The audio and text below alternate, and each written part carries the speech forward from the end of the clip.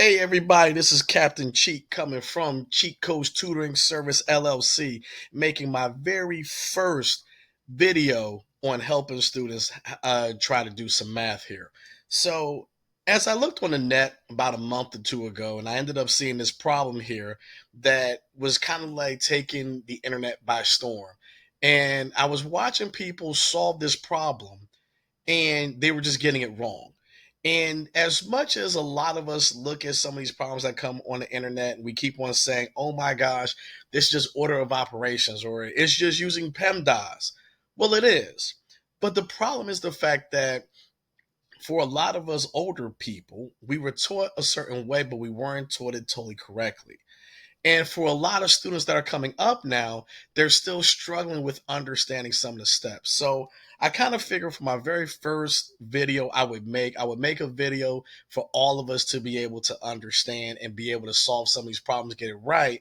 And for a lot of my, we'll say a lot of us seasoned people that when you start seeing some of these problems on the net that you have a better chance of being smarter than a fifth grader. And actually, I'll even say this shout out to my fifth grade class, Captain Cheat, love you. So here we go. So my problem here that I have is 8 divided by 2 times 2 plus 2. And if you happen to forget on the side, I already have over there our letters for PEMDAS and what they mean. And it is the order that we go through, which is parentheses, exponents, multiply, divide, add, and subtract. The part that I think that really gets a lot of people, and I'm actually going to do this, let's say I will do it in orange just so everybody can see. What a lot of people don't understand is that these two right here, those two go together.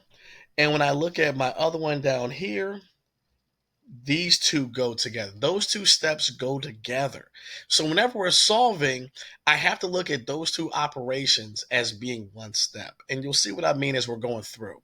So when I look at my problem, the first thing I have to say is, do I have anything that's in parentheses? I got to solve that part first. So when I look at my problem, I see I have 2 plus 2 in parentheses, which is right here. So then I got to solve that part first. So 2 plus 2, it gives me 4.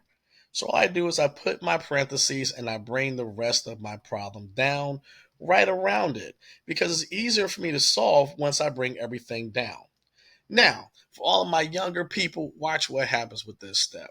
Now, for my seasoned folks, I know a lot of us, we see that we got the parentheses there and they automatically go to, okay, now I need to multiply. But let's hold on there.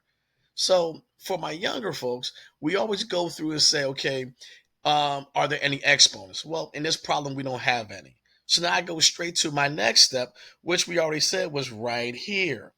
And that's my multiply and divide. So here's the thing.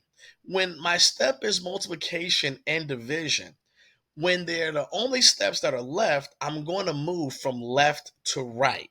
So I got to start on the left side of my problem, do any multiplication division, and move myself going from the left, going to the right. So for a lot of older folks, or should I say seasoned folk, we love to just automatically say, well, multiply comes first, so I would do 2 times 4. And that would have gave them gave them 8. Then they would have said 8 divided by 8 would give them 1. That'd be wrong. So what you have to do is start with 8 divided by 2. When I do 8 divided by 2, I get 4. And as I say, I bring down the rest of my problem. Now I can just multiply because whenever I have a number outside of a parenthesis, I can multiply when that's the only step now.